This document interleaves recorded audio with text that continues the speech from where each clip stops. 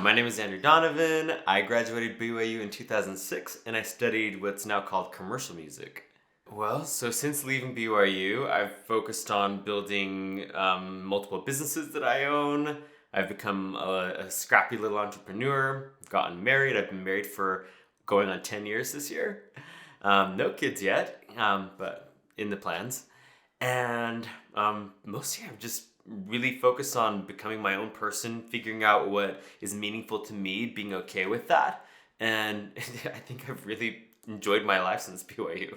I think when I was at BYU, I operated within a very typical BYU-esque construct, meaning that I had a framework that I used to define life and define what was right and wrong and what was worthy and unworthy, good and bad, and that's all I knew. And so that framework it wasn't good or bad. It was definitely limited because all frameworks are limited.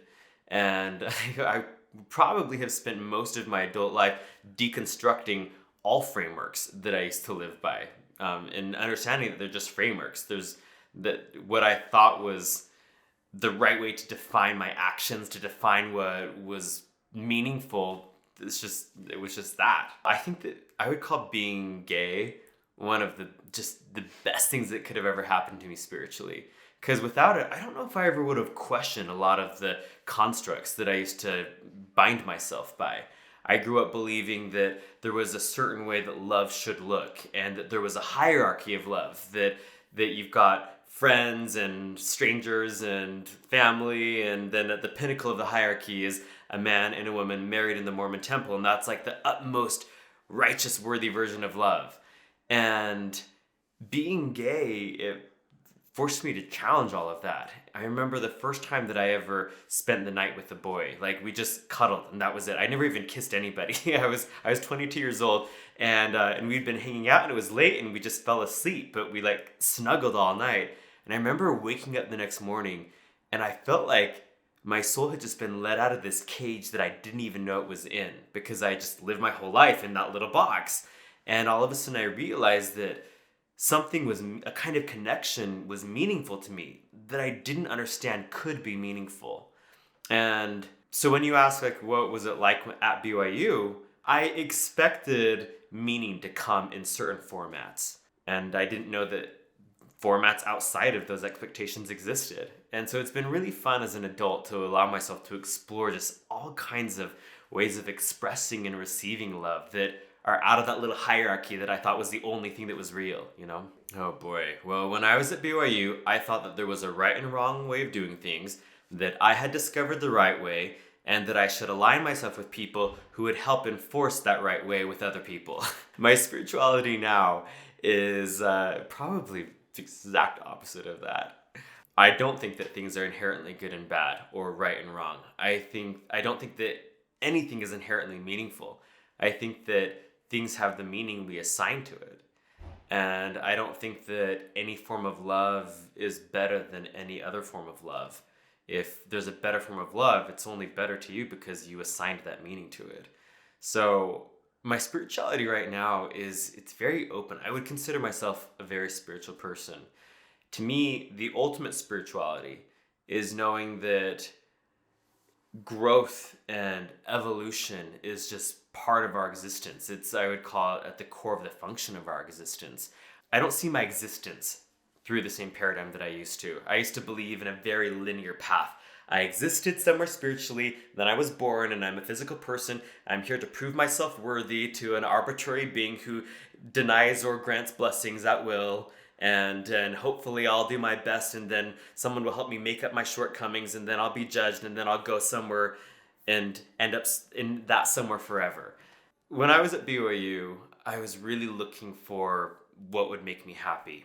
And it was conflicting to me because I had this long checklist of things to do that were my definition of happiness. And I was really good at checking those things off. Like, you go to seminary, graduate from seminary, get your Eagle Scout, like make your mom proud because you can give worthy priesthood blessings, get into this school, like serve as a home teacher, be the bishop's favorite. I mean, I was really good at all of my checklists. And I get that some of those things are mandatory and some of them aren't mandatory.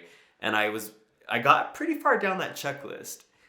And None of that is the actual definition of happiness, though. Where I found my happiness was being able to stop looking at the outside world for permission and to be able to go within me and say, not what's wrong with me and how can I fix it, not why do I have an empty void in my life and who can fill it or what can fill it. I'm whole and you're whole. And the best parts of my journey since school hasn't been undoing anything that I learned at BYU or unrestricting myself. I don't harbor resentment. I loved my education. I had so much fun at school.